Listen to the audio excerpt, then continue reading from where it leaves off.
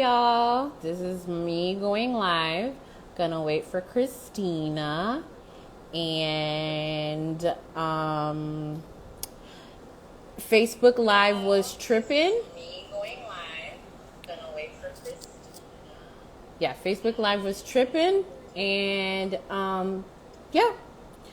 Hey, I love that you all are waving. Yes. Okay, so we usually do this Facebook Live. We usually do this on Facebook Live, but today we're going to do it on IG because Facebook is tripping.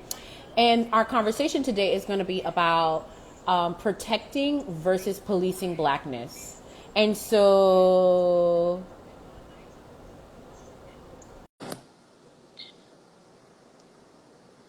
my boo should be joining. All right, I Hey, figured this out. we did Oh my it! god, it's a miracle. It's a miracle. Oh child. So We did it. you're gonna have to yeah. Can someone like give me the directions on how I save this afterwards? Oh Whatever, crap! child. Yes, Yeah, right. Okay. I still don't know how to do that. So, Facebook like only give us like IG Live only gives us an hour, so let's go ahead on and talk. Okay. So today we're going to be talking about policing versus protecting Blackness, and I think this has come up in the previous conversation that we've had in the sense of like, who is Black? Are you Black enough? What does it mean to be Black? And I think in this particular moment of Jessica, I forget her name because I'm not Jessica Krug, child. and Rachel Dolezal, like there's this epidemic of folks out here living a whole Black life, getting jobs and accolades and books and tenure, and living a whole life. So that just made us feel like this conversation was that much more important. So where do you want to start? So let's start with what makes you Black. Go ahead. So like I have lots of thoughts. But for me, it's so there is, phenotypically what people assume is Black or identify as Black or, identify as Black. And then there's also just a shared lived experience and then there's a politic, right? Mm-hmm. And so those are three very different things, but it is very clear that like you can't become Black. It is one of the things you either are or you are not. Mm-hmm. Yeah, yes. So this is what's really important is it's like because of how Blackness works in North America with the one drop rule, it makes Blackness super like expansive while everyone else gets to be like an elite country club, but Blackness is like you got one drop of Blackness, you're whatever. But however, Blackness is both complicated and not. I just think at the very least, it feels like it bears repeating, even though it's ridiculous. Like if you don't have a Black parent, you can't claim Black. You're not Black. And you could obviously, obviously we know that people come to Blackness in various ways, but whether it be both parents being Black or a parent being Black.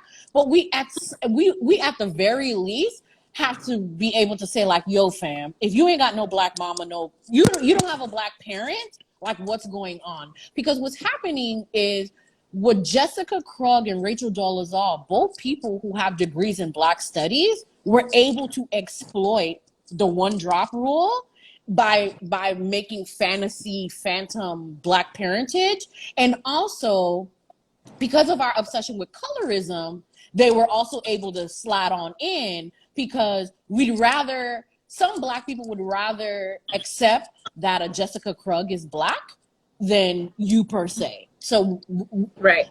What do you have to say about that? So I mean, I think that I personally have lots of feelings about other people deciding who is and isn't Black, just because I have experienced me with my whole Black self. I've been Black my whole life, like no racial ambiguity about it, like telling me I am not Black. It is a very real phenomenon, depending on how you speak, how you present, what you like, your education, or what zip code you live in, that like because of those particular things you are not Black or you are not Black enough, and it's bullshit. But it's not just bullshit, Chris.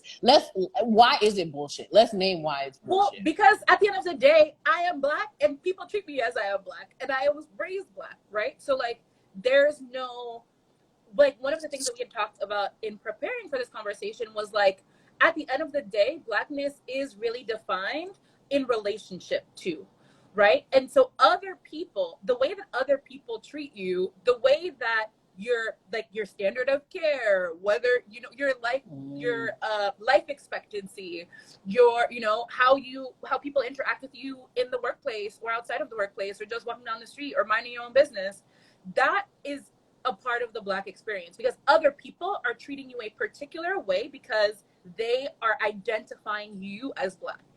And so people who are not racially ambiguous or do not look racially ambiguous do not have the luxury of not being treated a certain way.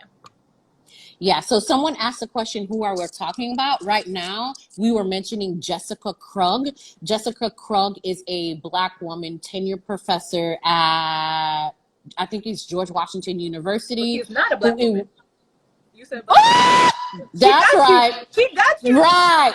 Damn. Look how the white supremacy child, the white lady from Kansas, white woman who dyed her hair Black, wore some hoops, and was out here perpetrating a fraud. Pretending that she Black.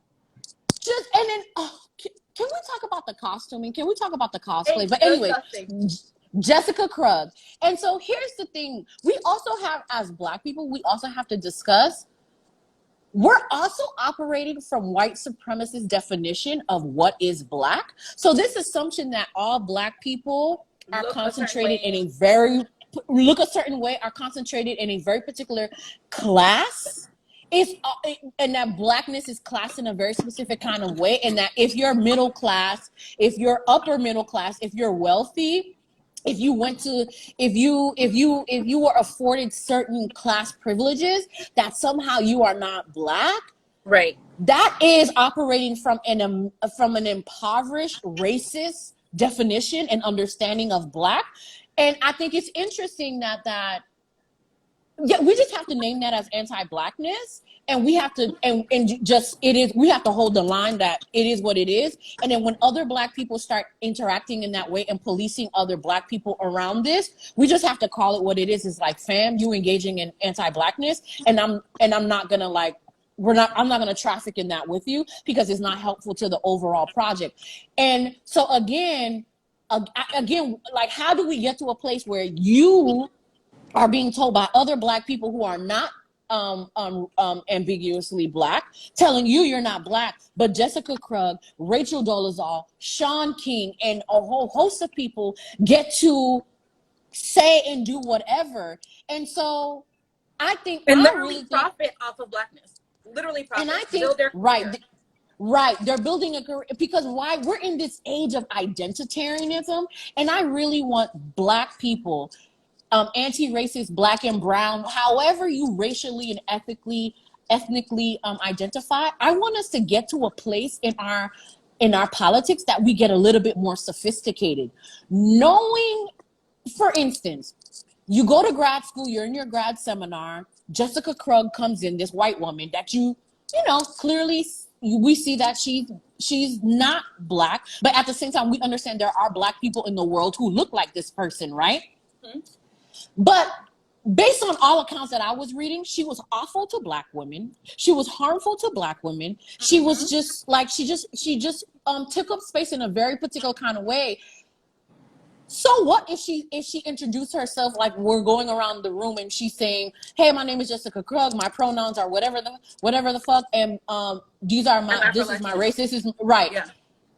That tells me, if someone tells me they're Black, someone tells me they're queer, someone tells me they're trans, that tells me nothing about their politics, their ethics, and how they're going to show up for Black people. Why are we obsessed, to a certain degree on the left, with what boxes people check, as if it tells us anything about them? And I think that's why we keep getting scammed by the Sean Kings, the Jessicas, and the Rachel Dolezals of the world, because we are so rooted in identitarianism. What do you think? I mean, I think it's a mix, because, like, particularly the cases that we are lifting up are folks that got the lingo, have the history, can spout fanon and all that other shit, and yet at the same time are being really harmful to Black people and are not Black, like, period. And and on the other spectrum, we have Kanye and what's that woman's name? Candace Owens. Candace Owens, and like all of these, and Clarence Thomas, whose politics are trash, but they're Black. They were born Black. They're gonna die Black. They're experienced this world as Black, right? And so they're like, we're dealing with two different issues, but it all comes down to us being fixated on like, oh, you got the card, that means you're invited to the cookout. And not everybody is worthy of that invite. And also, what are we inviting people to? Because if we are talking about the cookout where we are down for Black liberation, then there's going to have to be a few other requirements besides saying the right, it's not the magic word is going to get you in or your skin tone. Right. Not the magic word, not the magic parentage. Because here's the thing. We have to make the distinction between, okay, yes, in this country, race is set up in a very particular kind of way.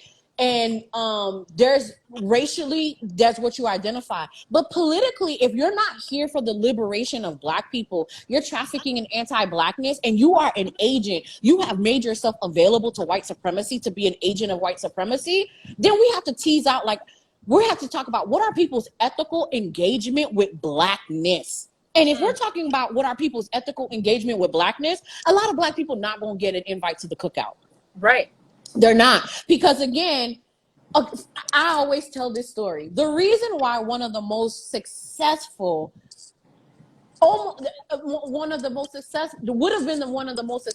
slave rebellions in these United States never happened, Nat Turner's rebellion, it would have been on par with the Haitian Revolution had it been allowed to happen. Why?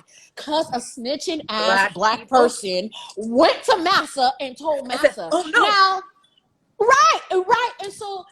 And so we love, when we talk about our ancestors, we love to talk about Harriet Tubman, Nat Turner. We love to talk about all of these, right? But snitching ass black folks on the plantation, they too have descendants.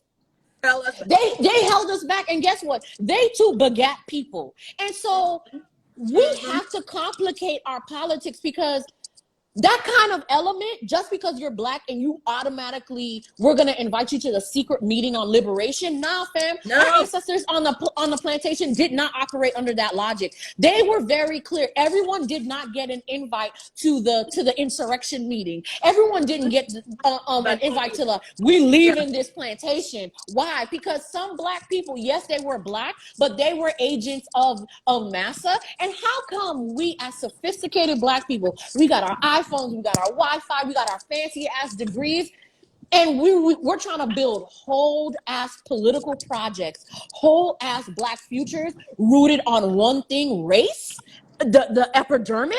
Right. When people are out here showing us time and time again that they're not interested in the project of Blackness. Help me, Krystina, help me. And I think ultimately, like, we have to say, like, where are you on Black humanity? What have you done? How do you show up for Black people? That is the litmus test to me. And it's not to say that, like, we aren't born knowing, just like not everybody born woke, like to say, like, it is a process. It is a process of unlearning. It is a process of reprogramming, because we all have this internalized white supremacy and internalized anti-Blackness that has us checking other people's other Black folks, particularly dark and brown skinned Black women, okay, and friends. Like, it's your job, like, you're getting a paycheck for that, but you're not. Being an overseer on the plantation. So it definitely requires us to have a tighter politic, to have a politic, number one, to value Black life, number two, all Black life, number three, okay, for us to be able to, like, get on it. And I think what is particularly fascinating about this whole scenario, I'm gonna go there, is you don't see white men pretending to be Black men. What is it about white women pretending to be Black women? Like, what is that? It's a comp. It's So here's what I think. I mean, and there is the Sean King caveat, but he's in a category all by himself and has all by himself, and we're not like, even going to discuss the level that. of like the cosplaying, the lying. This man has caused so much harm to Black women specifically and femmes. It's disgusting. And it's a trend. It's a trend, right? And so the fact of the matter is, had people listened to Black women 3-4 years ago, Sean King would not be a thing now. Sean King, because I remember distinctly Leslie Mack, who is who is an OG organizer, proficient organizer, being told the truth about Sean King eons ago. But also, again, if you're on Twitter for 2 seconds and look up Sean King, you can find Black women still like making it clear about the harms that he has committed against them, including stealing their work. But hello, which again, okay, so. Repeat your question again. Repeat what you said again. Okay. So how is it that we see all of these white women pretending to be Black? Like, this seems to be a white woman phenomenon rather than a phenomenon that we see across gender expression. You know, when I think about this, I think about like I think about Bell Hooks' essay "Eating the Other," which is if you Google it, it's like the PDF is online. There's a way I feel as if whiteness loves to cannibalize Black people and kind of like almost wear them like skin. And because we're in the age of identity, so I'm about to say something. I've been thinking about it. It's not fully fleshed out, but I'm gonna risk being misunderstood, and like I'm gonna think out loud with you all. I think white people are at a particular crossroads, and I think they have to ask themselves: I know I don't want to be racist? Like, I don't want to go with the neo-Nazis. I don't want to go with the fascists. I don't want to go with the Proud Boys. I do want to be I want to roll with the social justice people. But because we keep conflating, and I'm sure I've said this to you before, because we keep conflating our identities for targets, there's a way in which what happens with the way we watered down our politics online, we've made it so that whiteness is a problem. White skin is the problem. When really the problem is white supremacy. And white supremacy doesn't have a gender. It doesn't have any of those things. Anyone can uphold and traffic in white supremacy, although we understand that racism is a very particular kind of thing that white people profit from and can exact on other people, right? Black people can't. We can have our prejudices and biases against white people, but we cannot collectively come together and say we're gonna like make white people's lives harder, right? So that's number one. Right. I think what happens is the social justice white person looks around the landscape and is just like, shit, I don't want to be white. They don't want to deal with the issues around their ancestry. They don't want to deal with it. And so what happens is you have white people start to like morph. They morph into this thing. And so what happens is their hatred of white people and what white people have done. And now this is not to say this makes them innocent, but I think their inability to have resiliency around reconciling the harm that their people have done, reconciling the ways they profit from white supremacy, whether unwillingly or not, puts them into a tailspin. And instead of doing the critical work that one needs to do to deal with this, what happens is we get the Dolezals, we get the Jessica Krug. They remake themselves in this Black way, and it becomes really harmful. And also white people feel entitled to anything. And part of that entitlement also thinks I am entitled to be Black. I'm entitled to be a Black woman. I'm entitled to take on and be whoever the fuck I want to be. Whoever I want to be. And so that entitlement mixed with the race, with the fragility, mixed with the shame, mixed with the guilt, mixed with the inability to do the hard work and get therapy and read the books that you need to read and do the thing that you need to do to divest from white supremacy. It becomes easier to just cannibalize Black people and Black women and to become Black than to divest from motherfucking white supremacy. Woo! I didn't mean to say that, but go ahead. And not only will they become Black or become whatever it is, They're going to be the best at it. They're going to tell you how to, because that You was hate one of to the see things it. about Jessica, You truly right? Was hate that to she was see it. known to literally be out here policing Black women on how to be Black. It is not just I'm going to wear your skin, I'm going to steal your identity. It is that I am going to outdo you at the thing because I know what's best in peak white supremacy. And Peak. there's this lack of interrogation of like what it is to be Black. I mean, sorry, what it is to be white. Like, here's the thing: you have such a thorough. I mean, not thorough, but there is an investment and a study of Black culture, of Latin American culture. It's pretty thorough. Of, like the Academy is obsessed with studying obsessed with people who are not white. Obsessed. And they yet, love giving money to white people to study us. They're obsessed with paying white people to study Blackness. But anyway, where is the study? Where is the rigor of whiteness, of defining whiteness, of defining white history, of identifying as white?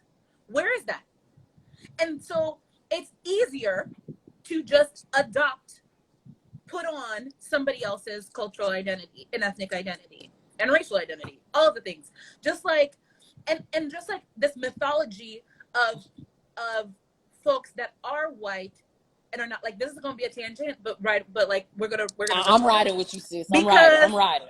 I'm just thinking of like this, like that, like Armenian isn't white, right? Like, I'm legit thinking of the Kardashians right now because they have cosplayed Black. They have then put on the skin of, oh, I am brown. Like, so not only do they appropriate Blackness, they then appropriate brownness, right? And then it's like, oh no, because I'm Armenian, so I'm this thing that is other than white American, although you have Dutch and French or whatever thing that like Kris Jenner is, that is white is white, just like Kylie Jenner is white mixed with white. Like that, like you can create this whole mythology, like you're not in the Caucasus Mountains, which is literally the source of Caucasian. I don't get it. And it's all because there isn't this deep interrogation of like the creation of whiteness. And I know there are books here and there, but of really course, there is the study of the white still ends up being, and I say this over and over again, white ends up being the default, which does not require interrogation. And so everything that is other needs to be inspected and pulled apart and made palatable and, explained. But the white doesn't need to be explained. I want the explanation of whiteness. Ooh, okay. So someone a while back in the comments said something about representation.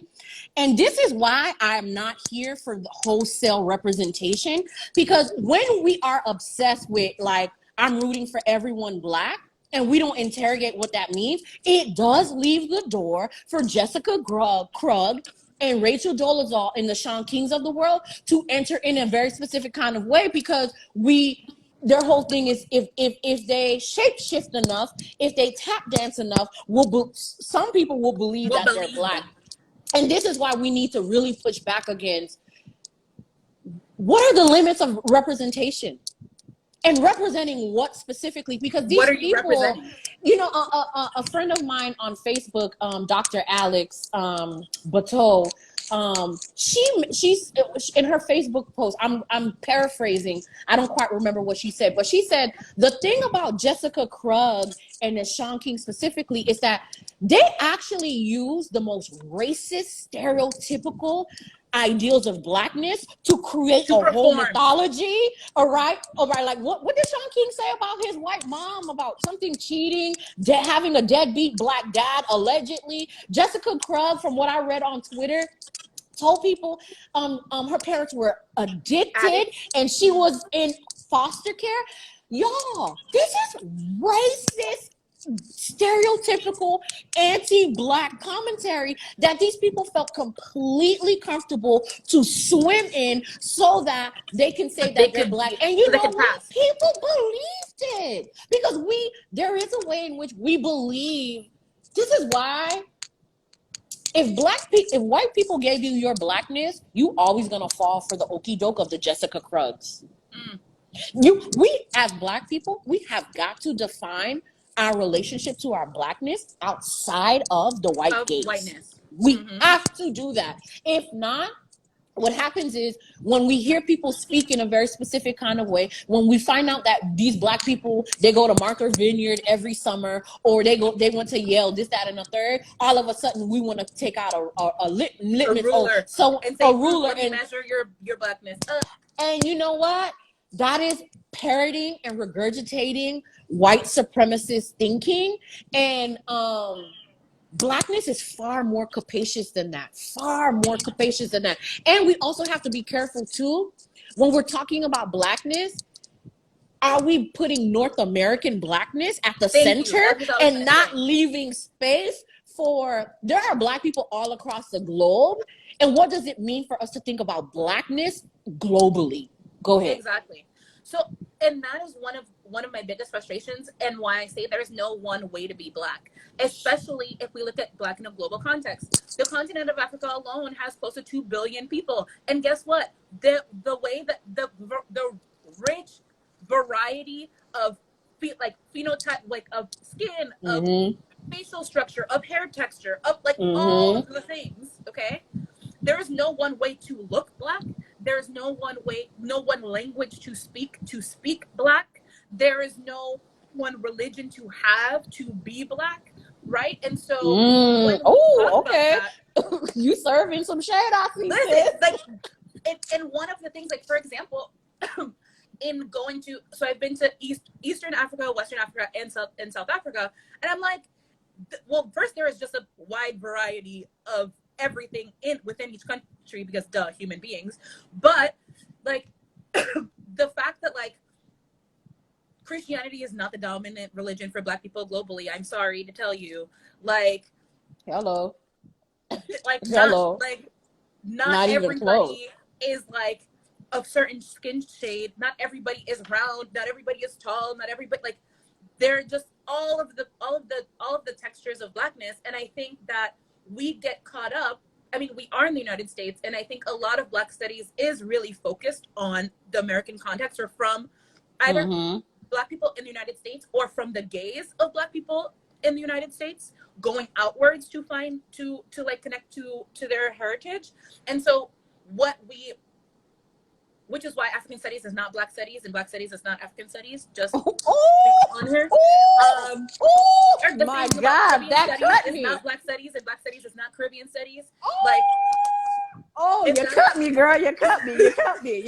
I'm bleeding. And so the various ways to be Black, there is no one group or person that has who is the standard bearer of these things, which is why it is one thing to protect Blackness, like the title of this conversation is, versus police Blackness, because we can't pull out a ruler and say, hey, you need to check these 5 boxes, you need to pass these tests to be able to say that you're Black, because who's deciding that? Go ahead. Sorry. And one of the things, one of the reasons why I identify as Black and as Haitian is because Black, to me, accepts the expansiveness, versus saying that I'm African American, or versus saying, all of the other words that have come before African American. And it is because Black is global and Black is diverse. Yeah, Black is global, Black is diverse, but my fear is that even among Black people, we're not leaning into that, which is how I think a lot of people are getting scammed out here by scammers.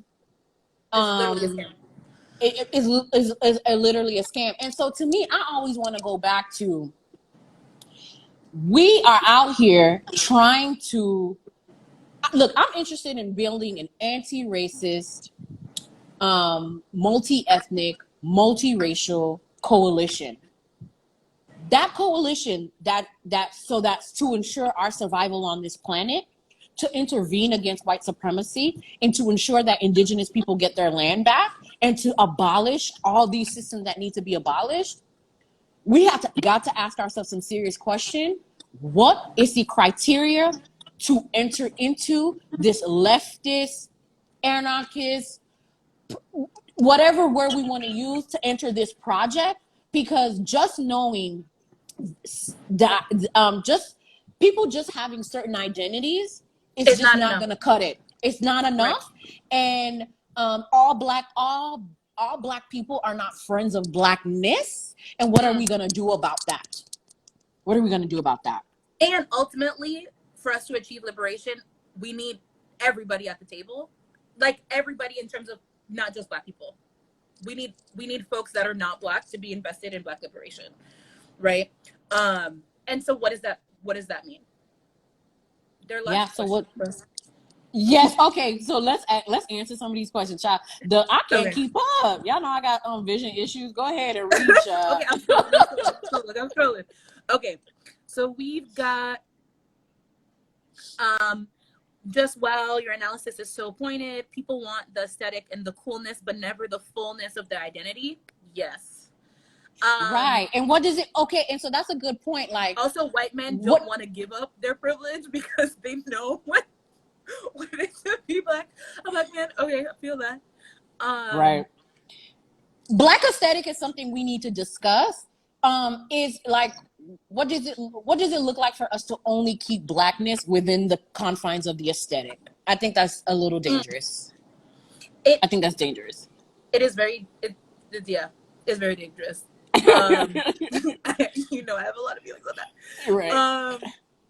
So much of their shit just ends up looking mad performative. Yeah, but let's be honest though. We like the performance of blackness though, right? We're the same group of people when a white person joins what's that white guy, Michael Smith, whatever his name was, the white Kappa, whose shimmy was Sam White, whose shimmy was dry. His shimmy was dry. It wasn't even popping. And was all over the shade room, and it was black people to whatever. So there's a way in which like black people have to ask themselves why we get so hypey over white folks liking black stuff and liking black music and dancing in black ways. That be us. That be us acting all like a donkey and acting like, oh my god, and giving out passes to the cookout. So what's up with that, black people? Also, can we just not be giving passes to the cookout? Like, what is the cookout, and why are there passes to it? And like, why do we feel the need to give validation to other people? Like, why? Because guess what? We're never going to get that validation. So really, you're performing and chucking and jiving for what?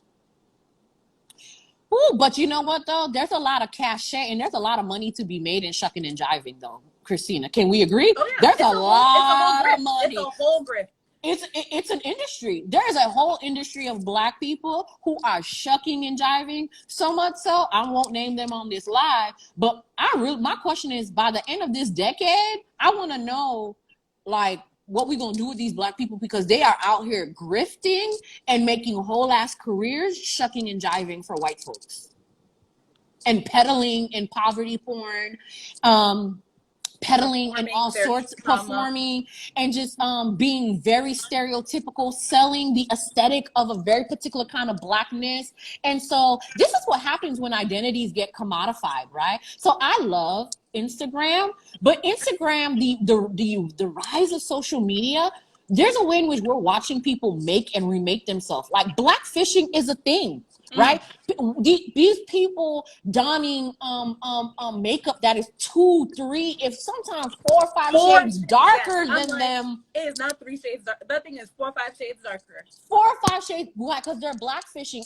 And because going back it looks to good. And it's like, because there's a way in which white people think they don't have a culture, they don't have an identity, so they have to take on other people's identity. And also, in the age of identity, what's happening too, there's a way in which I think people are like, well, I would be more interesting if I were a person of color.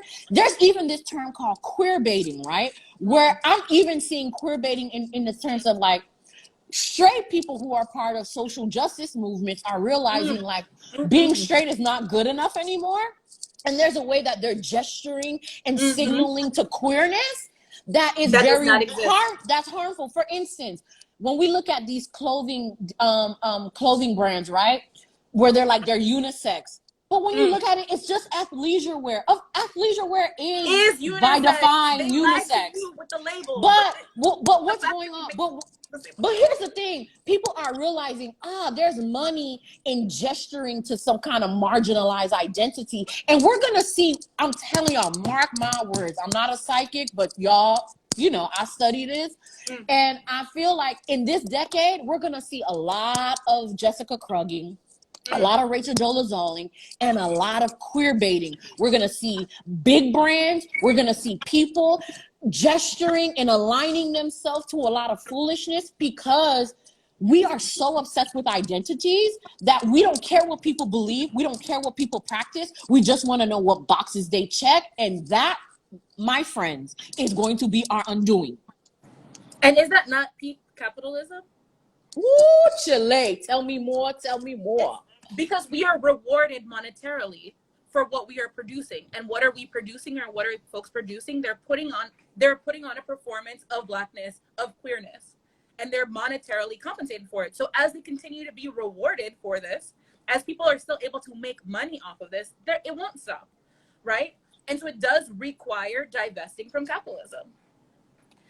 And guess what? Black capitalism is not going to get us out of that. Black capitalism is not going to get us out of that? Are you sure? Are you sure? No. Someone should tell the Knowles Carter family that. Like, you're just giving inspo to the IG models that want to be Black. Child. And the TikTok, oh my God. Okay. The TikTok dancers who, get to recreate Bay's dance sequence. Right. Oh my God. It's funny that you say that. So I have this book on my desk. Let me show y'all. That's going to be really helpful for this time, like White Negroes by Lauren Michelle Jackson. And this is all about, obviously you could tell by the title, White Negroes, like where it's going. We really do need to think about, in the age of TikTok, where these videos are going viral with people speaking, using Black voices, digital blackface is a very real thing. With emojis, my God. With emojis. And so again, gifts. Right. And so Rachel Dolezal and Jessica Krug are literally real life digital blackface. So Blackface. Y'all, what is the, from an organizing standpoint, from a future standpoint, from a what's good for our future standpoint, this is harmful, Krystina. What you think? I mean, so I'm gonna be totally honest. I never pick something that doesn't look like me. Like, that's just like not how my brain works. So like, if I'm gonna send a gift, I look for somebody Black. Like, if I'm gonna use an emoji, I'm gonna buy the Black one. Like, I this whole thought of like putting on something that does not identify with myself is so strange. It is beyond my comprehension. I don't get it. Like, I know that there are some really great memes gifts out there, but really you can't be having the larger Black woman be your quote unquote digital spirit animal, cheerleader, whatever, all the time. Like, what is that? It's just so, for me, that's internalized anti-Blackness. Yeah, it's just so performative. It's so performative. It's so disrespectful. It's just like, we tend to have this conversation a lot around like Halloween. Like, don't dress up as Native folks. Don't dress up as someone of another race. Why? What? Like, I don't get. Do you have thoughts on like why the hell this happens in the first place? So I think. So what I'm starting to gather from that book, I just think in North America, we are all obsessed with appropriating one another in various degrees. What happens is when there's a certain threshold of appropriation where we're like, fam, you went too far. Now you gotta bring it. Now you gotta bring it back, because I just think there's just like, if we think about Sam Smith, Adele, we think about Amy Winehouse. Oh my God, Adele also happened last week too. Right. Damn. So these are people who we could say, are aligning themselves with Black music in a very specific kind of way. But as long as they keep it tasteful and respectful, we're kind of okay with that. What becomes a problem is when you show up with Bantu knots. when you show up with Bantu knots, that was really the line for me. I was like the feathers and the Jamaica bikini, okay, fine, but the Bantu knots, I couldn't get past it. I could not get past it. Oh my God. So this brings a really interesting point, right? So we saw Black folks from the UK engaging in hella anti-Blackness towards Black people in the United States, telling Black people in the United States, like, stay out of our business, get over it, and whatever. And so there go that policing of Blackness. Right. There go that literally everywhere. Girl, I was just about to say, because no offense, no shade. If I have to go to a carnival, I'm not going to know you. But okay, I'm not going to shade the people. Let me shut my mouth. Let me not whatever. But just it is not any what do we call it? Eastern Parkway. Okay, thank you. Hello, or Trini, or IET. Like, right. child, please. Like, come on. Like, no shade. We're not whatever. But I'm just saying, it's like, imagine being able to go to all of the carnivals and thanking you got something, whatever. But anyway, moral of the story is moral of the story is we saw UK Black people first of all, imagine caping for white people in the age of a racial reckoning. Imagine how lost. I'm sorry. Imagine how lost in the sauce you gotta be in the middle of a global pandemic and racial reckoning. You out here caping for who? Adele. So that's number one. Number two, this interest is very interesting. It's just like, first of all sorts of Black people have carnival, so don't nobody own carnival. And let's not act like Bantu knots are not a protected style for everybody. Carnival is not Jamaican. Thank you. Carnival is not Jamaican. I just needed to make that real clear. Okay, so but what do you think that whole debacle, how it folds into our larger conversation about this though? I think because we can't reward white women for being Black. Like it is just like for the validation of like, oh, like honestly, the comments were like, oh, we're so honored that she wants to represent. I'm like, honored by what? What does that do for me? Nothing. Ooh, like, oh, the attention and like the commodity. Like I'm just like, what is it? I keep going back to what is it about white women scamming, being rewarded by everyone? Everyone. I think we've all been socialized though to protect and rally for white women in a very specific kind of way, that even when it's to our detriment, which is why we all have to do the work of interrogating our relationship to racism, interrogating our relationship to anti-Blackness, so that we don't sign up to become foot soldiers for white supremacy, protecting white women and harming other Black people in the name of protecting white women. I was flabbergasted by the amount of Black folks from the UK out here showing their ass for Adele, girl. Adele! You hate to see it. Meanwhile, our unproblematic white fave Celine Dion exists. Celine Dion been in the game how many years? Ain't never had. First of all, she has the never had no problem. Number one, has the range. Number two, has the range. Never is the whole felt range. the need that she had to do all of this extra stuff. So it's just like, imagine caping for a white woman and you caping for a white woman in some Bantu knots. Oh, you hate to see it. Anyways, as you can see, I am a very serious. But you know what though? There's never a shortage of people ready to valiantly fall on their sword for whiteness and white women specifically. Never a shortage. But for us though, crickets. Can't see it. I think that we need to do better. I think one of the things that these recent scenarios have gotten for me or have reaffirmed is that this is why we need to trust Black women, because Black people, like, we constantly warn you, tell you, nobody listens to us, and lo and behold, we are right. Yeah, lo and behold.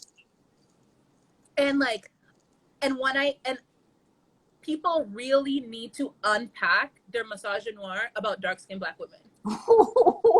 Because don't get me started, again, child. Don't get me started. That is what enables that, like, that's what enables the shenanigans and the scamming.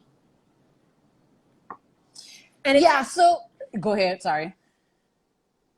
No, I mean, I was like, I can't speak to Candace Owens, but I will say, by and large,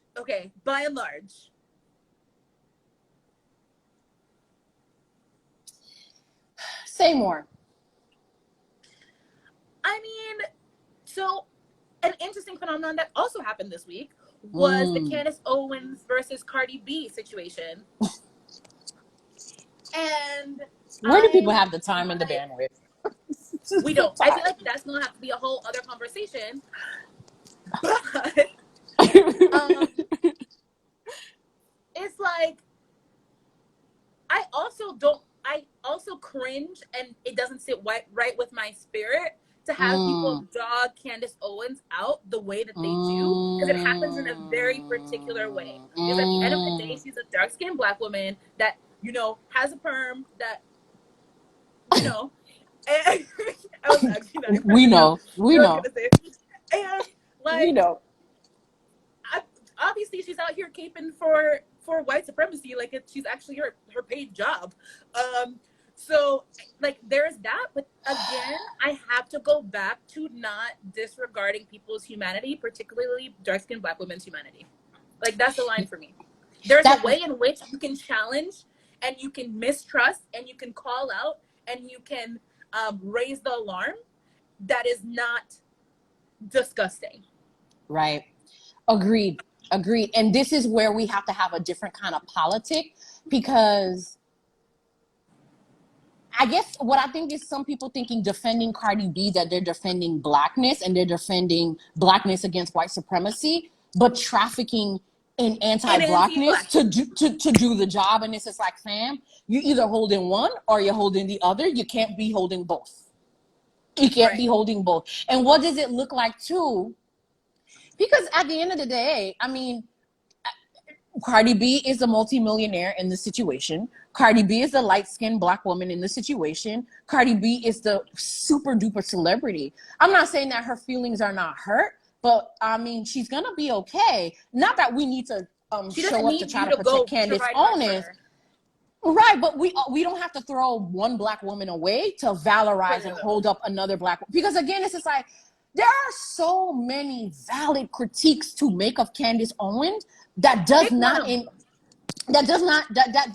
will not require engaging in misogynoir. And it's interesting, right? Because those same people, I bet you, would be duped by the Jessica Krug. I'm always going to go back to that, right? Yes, these will probably be the same people who would give country to the Rachel Dolezal and to the Jessica Krugs. Words are right, and you know, like, exactly, because they can traffic in the right the social justice language and whatever. So I'm not saying that we need to defend Candace Owens. I'm saying that we need to respect her humanity and not traffic in anti-Blackness in how we argue against her. Yeah. There's a difference. I think, that there's a difference. I think the moral of the story is like, who is Black is not a complicated question, right? Black parentage, Black, but Blackness on another level, when we think about from a socio-political level, Blackness, we have to ask ourselves, like, if you are an expert in alienating and terrorizing other Black people, like, fam, like, you need to be called in and called out, irrespective of your your race. You need to be called in. You need to be called out, and we need to deal with you in a very particular kind of way. And I just want people who are watching this to really just, let's complicate our relationship and our definition of Blackness. Let's complicate this whole rooting for everyone that's Black. Let's complicate our relationship to representation, because it is because too many fraudulent people are exploiting our Black pain and grifting, and like, my God, the woman got a whole tenure ass position. Do you know how hard it is to get It is tenure? Mission Impossible. Mission Impossible. And she got tenure as a Black studies professor. Do you know how many Black students this woman counseled over the years? How many Black papers she graded? How many Black people she counseled and probably reprimanded using white supremacy? Like, the levels of violence, it makes me sick to my stomach. And I think we kept the door wide open for people like that to walk in and to weaponize Blackness against us in a very particular kind of way, because we refuse to do the hard work of coalition building and defining for ourselves who is a comrade and who is not a comrade. That's all I got, child. That's all I got. I mean, I really have nothing else to say after that. I just want to conclude and leave this door open of what is it in particular about academia that lets white women scam? And what is it about social justice spaces that lets white women scam? Because we are not seeing that Susan at Starbucks, the barista, is pretending to be Black. Okay? Or at Dunkin' Donuts, or whatever, or you know, the elementary school teacher, right? That is not where the scamming is happening. Right. So what is it about these spaces that are cultivated that are rewarding this behavior? So here, okay, that is so big and so profound. IG Live is not gonna give us enough time to go into that, because very soon our time will be up. So another final thing so here's my final thought I want to leave people with. And this might make y'all mad. Elizabeth Warren is guilty of the same thing around indigeneity. And there is also a rise of white women academics playing Indian and cosplaying with indigeneity. So it's the Blackness and it's the indigeneity. And as someone who is in academia right now in a very specific kind of way, I think I know what it is, because again, we said it earlier, there is an obsession around whiteness studying. First of all, academia rewards non-Black people who study non-Black people. And I just think there's a way in which academics would rather a diversity hire that is white, even if they know the person is white or they're not really indigenous, they're not really Black. They would rather deal with that kind of diversity than deal with an actual real live Black person or an actual real live indigenous person. Because why? We're going to come and ask the too hard questions. And so I think there's a way in which there's no way someone can tell me when they saw Jessica Krug's application, when they saw Jessica Krug, that those white people were like, actually, I am sitting across from my kin. This woman ain't nobody's nothing. But what does it look like when you actually don't want to you don't want to make an academic space anti-racist? So what do? The biggest profiters of affirmative action is white women. White women particularly, yeah. So yeah, to me, it's just like you join in on that grift, because guess what? They don't want my Black ass in their department, but they could take Jessica. And here's the, I just had it. Child, my phone dying, and I don't know how much longer we got. Girl. Okay, go ahead. To be continued. No, but make your final point. Make your final point. Has to be unpacked. No, because it's also just the fact that, like, nobody can tell you who is not white quicker than a white person. So there is no way that they didn't know. Because Chile. Let you be Chile. 116 Black. Please believe there's somebody who's gonna be like, something's amiss here. Okay? Like, it is not like, so there is no way in talking about policing Blackness, nobody is an expert at policing Blackness more than white people. So on that note, because again, they created the category. They created it. We was not calling ourselves Black. We were not calling ourselves Black on the continent of Africa. Okay, so that's number one. And so we're gonna leave it at that. hopefully I figure out how to save this and we'll post it. If not, thank you to all who joined. And yeah, that's it. Oh my God, are you frozen? Okay. Am I frozen?